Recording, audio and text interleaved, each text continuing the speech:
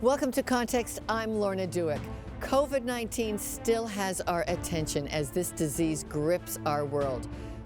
Battling COVID-19 has taken attention away from so many diseases that people need to fight every day. Over 1 million Canadians have cancer, and this pandemic has been tough on them. Our website interviews this week are built around cancer care amid this pandemic. Share our web links with those battling cancer in a time of COVID. We always bring you news that affects people, but this week the news affects me. This is my last episode of Context. I'm retiring from the show to spend more time at home with my husband of 40 years because he's battling an incurable disease, Parkinson's. And we're not alone. 100,000 Canadians have Parkinson's. Even a few of our favorite musicians are with us on this journey. Neil Diamond and Linda Ronstadt. Ozzy Osbourne and actor Alan Alda headlined this disease. Former Prime Minister Pierre Elliott Trudeau had Parkinson's. No one has done more to make Parkinson's famous, though, than Canadian actor Michael J. Fox, who was diagnosed when he was just 29 years old. Michael has since created a foundation to find a cure for Parkinson's and raised over $900 million for that cause. Today we'll feature the Michael J. Fox Foundation co-chair, Dr. Soania Mathur. Like Michael, she had young onset Parkinson's at the age of 27. So we'll take you on a journey through Parkinson's with those who know it best. And thankfully, the team here at Context has a great future planned for this show. So stay tuned, because at the end of the broadcast, we'll be introducing you to the next host of Context TV, so you don't want to miss that. But for now, let's learn from two of the world's best experts on Parkinson's, two of the authors of Ending Parkinson's. We have done the impossible before. The suffering we experienced, it pushed us forward. It did not stop us. Stigma was there. Our brothers and sisters marched on the streets until it wasn't. The challenge inspired us. Together, we rose to the occasion. We fought back. And we will do it again. We will end Parkinson's.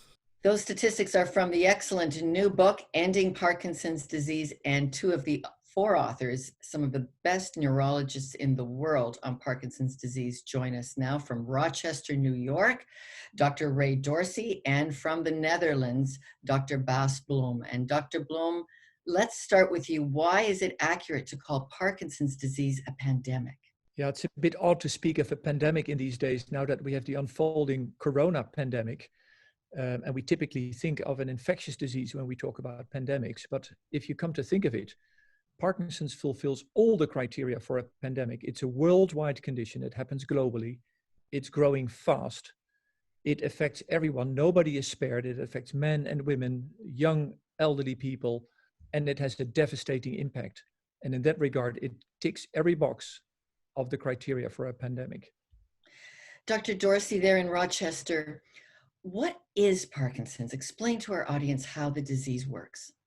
So Parkinson's disease, as Bas indicates, the fastest growing brain disorder in the world, faster growing than even Alzheimer's disease. It's classically characterized as having a tremor, usually in the hands, usually worse on one side than the other, slowness of movement, stiffness, and difficulties with walking or balance. But as we point out in the book, it's much more than that. We know the symptoms extend decades before the tremor, for example, develops: loss of smell, constipation, depression, anxiety, and later in the disease, we see memory impairment, dementia, and hallucinations. It's a devastating disease. And Dr. Bloem, tell us about how people battle the symptoms, because there are so many symptoms. One of the reasons we think our book is so important is that we draw attention to the fact that although it is a devastating disease, it's also a very treatable condition. There are drugs that help to restore the deficit of dopamine, a neurotransmitter in the brain, which help to alleviate the symptoms quite to a good extent. There is supportive treatment with physiotherapy, occupational therapy, speech language therapy. There are over 30 professional disciplines that have something to add to the lives of people with Parkinson's. It's not to say you need them all at the same time. It's more of an illustration of the complexity of the disease and how well we can offer support to these people. And there is deep brain surgery for a selected subgroup of people.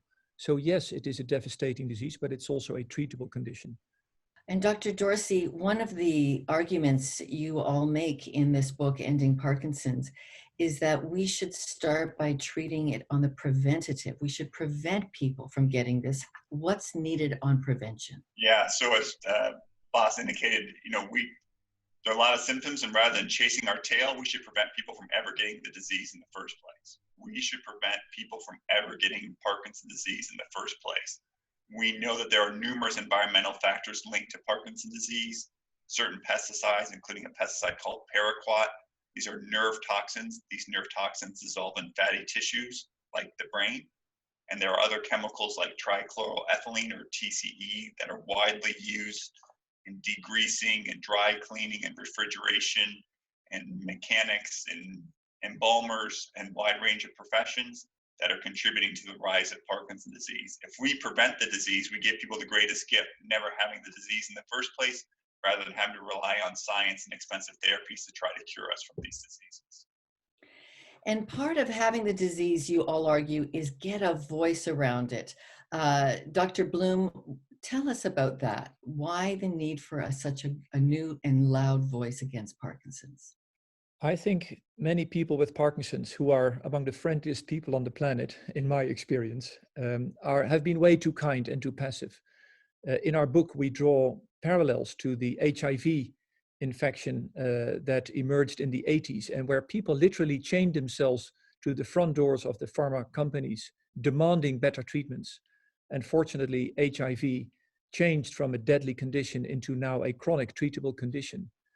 I'm not saying that Parkinson patients should maybe literally chain themselves to the front doors of the pharma companies, or maybe they should, but I think it is really time that we address this global challenge that's going to hugely affect millions of people worldwide, that's going to have an impact on our economy, on family lives, on everything, demanding for more money to better understand how the brain is devastated by this disease, how we can prevent the disease by cleansing the environment from all these toxic chemicals, and how we can offer better treatment and support for the millions of people affected worldwide. And maybe both of you can chime in on this. Maybe speaking from experience here with Parkinson's in our home, I think the barriers to discussing this are part of the cognition stigma that's around this disease. The mood disorders, there's more than just movement at stake here, isn't there, Ray? Yes, and fortunately, a Canadian has probably reduced that stigma more than anyone else. Michael J. Fox, by sharing his story, has really changed the social acceptability of Parkinson's disease. It's still not accepted enough. We need more voices to come forward and share their stories, and we start to see that with Alan Alda, Ozzy Osbourne, Neil Diamond, Reverend Jesse Jackson, and others. We need to reduce the stigma. We need to reduce the silence around Parkinson's disease. Once we reduce the silence, once people reduce the silence around HIV, the disease changed its course. And HIV, as Boss indicated, the motto was silence equals death. For Parkinson's disease, silence doesn't equal death, but it equals suffering, needless suffering, and preventable suffering. Dr. Bloem, why don't people come forward more easily about the struggle that Parkinson's can be?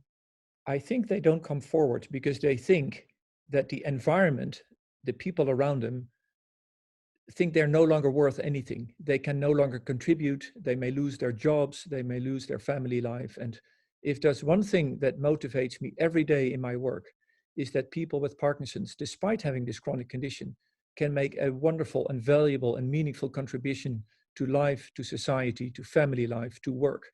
So please come forward. Parkinson's is something you've never asked for, but it's not the end of your life. Please come forward so that we as medical professionals and multidisciplinary teams can help you, and so that you can be one of those millions of voices trying to raise further attention for this worldwide fast-growing disease. Thank you so much, Dr. Bloem, for joining us all the way from the Netherlands. Ray in Rochester, here's your great book, Ending Parkinson's Disease. We've got a link up on our website. Thanks for being champions for this cause. You're more than welcome. Thank you for hosting us. Our pleasure.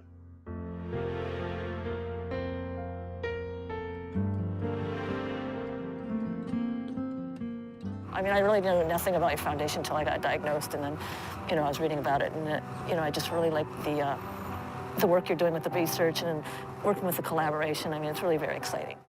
Well, joining us from Vancouver is Canada's best-known podcaster about Parkinson's disease, Larry Giffords, together with his wife, Rebecca, share their journey, 69 episodes strong, the director of Chorus Talk Radio. Larry, thank you for doing what you're doing. Oh, thank you, and thanks for having me on the show. It's a real honor. Well, we're thrilled. Canadians know how important talk radio is coast to coast in this country. You manage all 9 talk radio stations across the country on talk, but this is very different. You decided you need to start talking about your own conditions with Parkinson's. Why did you start that podcast? Well, it's twofold. One, I was looking for a podcast that was from the patient perspective, and I found a lot of great podcasts that were from sort of the scientific community, from researchers and from neurologists, but I wasn't hearing the voice of the person with Parkinson's. My husband and I discovered When Life Gives You Parkinson's, your podcast, driving through Quebec last summer. And we were looking to just try to make sense of what was coming into our life. And it helped so much to get what I called socialization on this, to hear what you as other families were going through.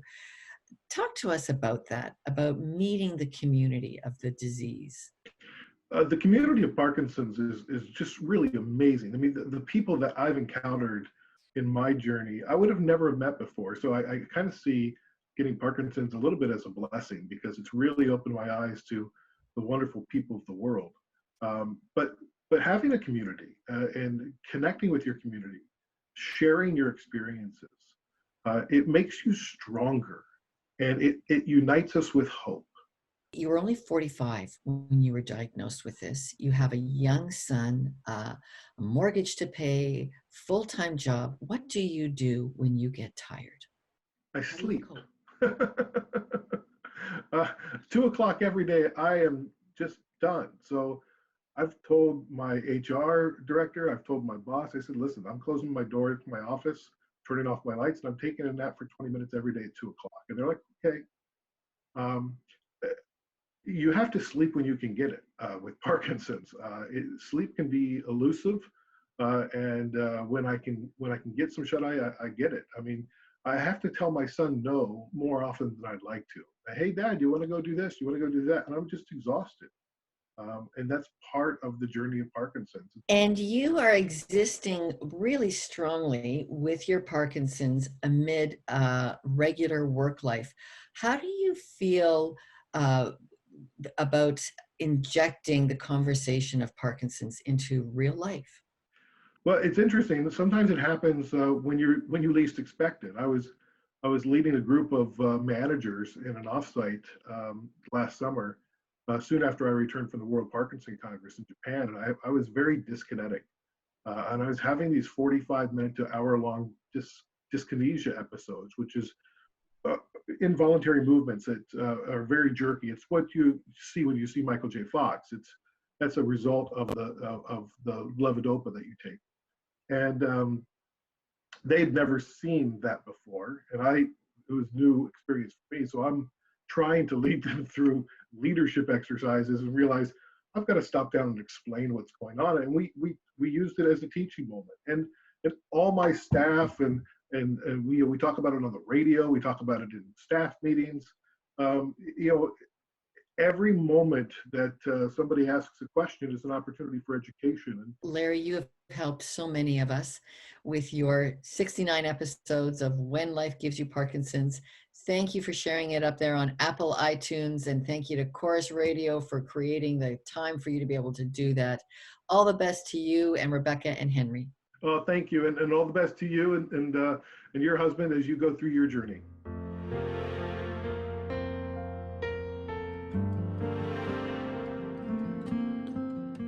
When we come back, we'll learn from the co-chair of the Michael J. Fox Foundation, Dr. Soania Mathur. She'll tell me about getting her Parkinson's diagnosis when she was pregnant with her first child.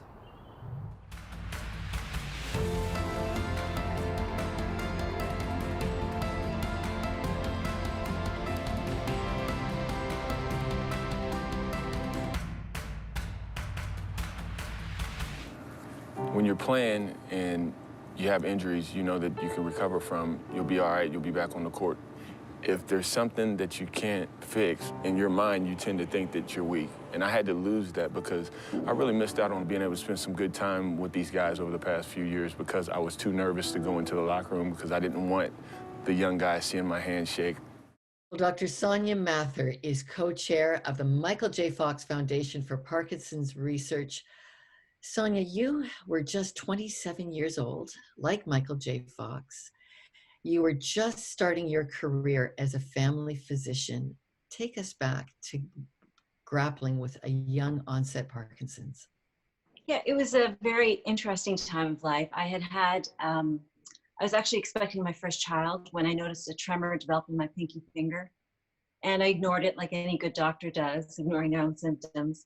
But it became more persistent and consistent for me. So it really was something that I couldn't ignore any longer. I went to my local neurologist at the clinic I had just joined as I was just starting my family practice.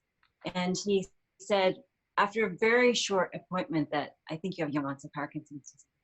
And that was then further corroborated by another movement disorder specialist at the Toronto Western Hospital. And that began my life with Parkinson's. And you believe educating children should be important. I love your book, Grandpa's Shaky Hands. Tell me about deciding I'm going to help children understand this. Well, it came from real life experience. As I mentioned, I was pregnant with my first child when I got my diagnosis, and I had 2 more daughters after that. And I feel like this isn't a diagnosis that just affects us as patients. It affects the whole family unit. And those that are most vulnerable to that is the young people in our lives, our children, because they fear what they don't know, like adults, actually. And they also depend on your reaction in terms of developing their own approach to the situation. So I felt it was important issue to address with kids in a fun and engaging way, something that they could understand according to their age and stage of education. And so the first book I wrote was Grandpa's Shaky Hands. And the second book is for a broader family audience. Yeah, the second book is really to engage families and to sort of serve as a conversation starter. It was written for older kids, and I wrote it with my 3 daughters. They helped out, and so it was kind of a cathartic family experience as well. And it talks more in detail about Parkinson's disease, what causes Parkinson's disease, what the symptoms are, what the treatments are, how children can be involved in caring for parents or grandparents with the illness, and what they can do, because children really need to be empowered in order to feel comfortable. When they feel helpless, like they can't do anything to help, that's far more stressful for them. Okay. Dr. Mathur, it's beautiful to have you on the Michael J. Fox Foundation as the co-chair there, and for all the work you're doing. Thank you for the webinar you did for our families in COVID-19 on Parkinson's and COVID, and all the best as you continue to raise your voice for getting a cure and treatment for Parkinson's. Thank you so much. Perseverance is at the heart of what helped Parkinson's patient Tim Haig and his son win the Amazing Race Canada. Now he's helping us all run our best race. His story is next.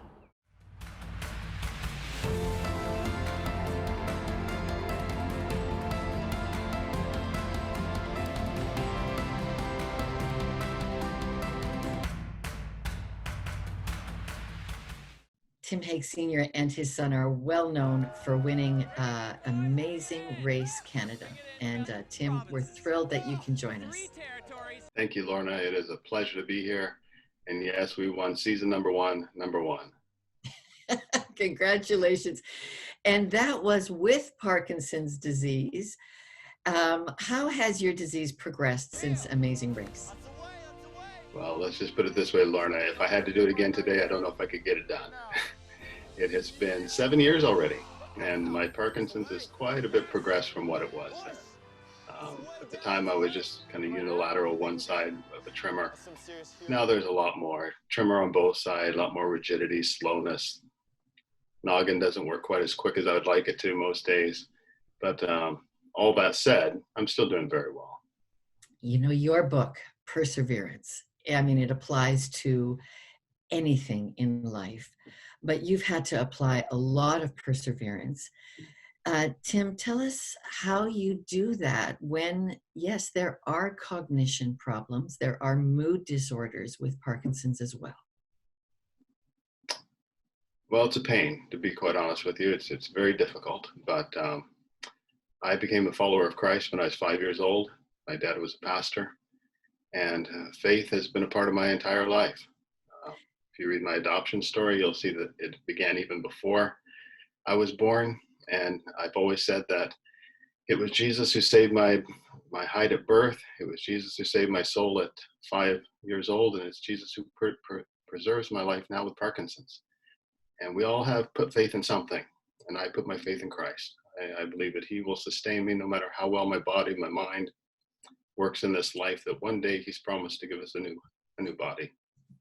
Isn't that a great promise to look forward to?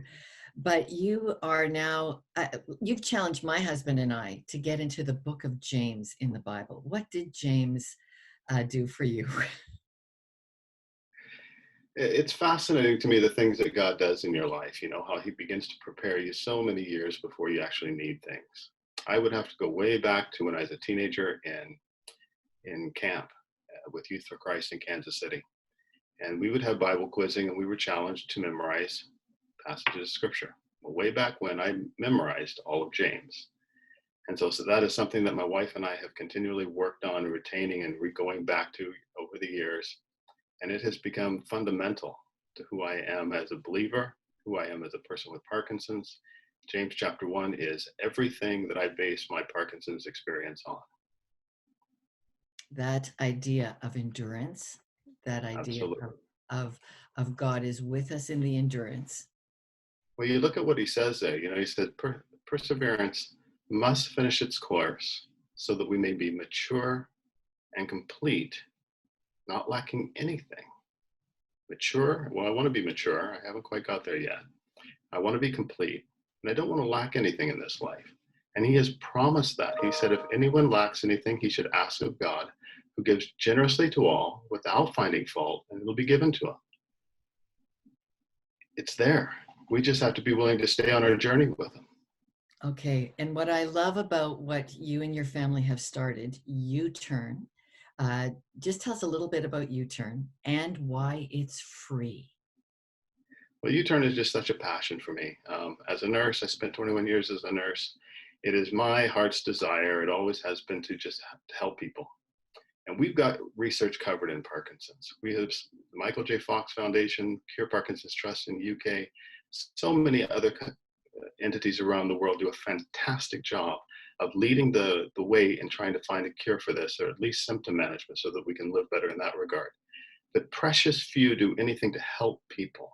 Those of us who are alive and well today, who are attempting to live our best with this disease, we need exercise. We need good nutrition. There are so many things that we need in our intellectual ability, our spiritual ability, health, well-being, our social well-being, our emotional well-being. All of those factors that combine what it means to live well need to be addressed. And that's what I'm passionate about. You can see me right away get on my soapbox. Okay, well, and for all of those watching who have loved ones with Parkinson's, at U-Turn, you can get speech therapy, you can get yoga, you can get exercise classes. We've been Zooming with you on your yoga class in the pandemic. Tim Hague, thank you for teaching us about perseverance and about taking Jesus with us on our journey through Parkinson's. Thank you. Amen. You're very welcome, Lorna. Thank you, and all the best. So as I sign off now from my work at Context, I've got to tell you, the very best thing of working on this program for the past 20 years has been the teams that have made it grow. And that happened because of our charitable donors who gave to see this show grow strong in news analysis that helps people understand our relationship with God and His care for this beautiful planet. So thank you to all of you. And a huge thank you to our showrunner, Susan Ponting, who makes this all happen, to Crossroads and Yes TV, who championed this show, to the broadcasters who feature it, and to the many producers who have worked on it over the past 20 years. So now the really big news. And in this time of social distancing at a distance, let me introduce you to your new host of Context, Maggie John. Hi, Lorna. I'm so excited. I am really excited about this. Maggie first came to what is now Context in 2001. You were a young journalism student and you came for an internship. And then you left for CBS, New York City, and we were all like, of course, she's got so much talent, she's going to go to New York City, and then 9/11 happened. Do you remember that time? Absolutely. I remember it like it was yesterday. It was earth-shattering. It was emotional. I remember working for CBS News. It was actually in the train station when I saw people rushing down and didn't know what was going on. And when I got upstairs to the offices, saw the second tower being hit, and it just was revolutionary. It changed my life forever. Being stuck in New York, this Canadian girl, and just seeing the world just light up in front of me. So, yeah. And I remember you and I talked back then. Yeah. And I asked Maggie, could you stay for us now and do God at Ground Zero? And you did a great documentary. You made this half-hour doc on God at Ground Zero. And I've followed your career ever since. You understand what it is to put God alongside the news, to discover people. We're going to be shifting our season for the next little while to completely online. What do you expect to be posting? Yeah, I think the conversation continues with COVID as the world shuts down because of this pandemic. How are people surviving? How are parents teaching their children? How are our frontline workers dealing with all of this as they are caring for nations? So it's a conversation that continues to happen. What I love about Context is there are faith stories behind every story, and we continue to delve into. That's what attracted me to Listen Up back then so many years ago, and attracts me to still being a part of Context today, is being able to tell the stories of how God is moving beyond our headlines and to tell those stories well. Maggie John, have a wonderful time with Context. I know you'll be a great host for this show. And wow, 20 years, it's gone so fast, and you've been just a terrific audience. We've loved hearing from you. We've loved all your support. Thank you so much for this great run at Context.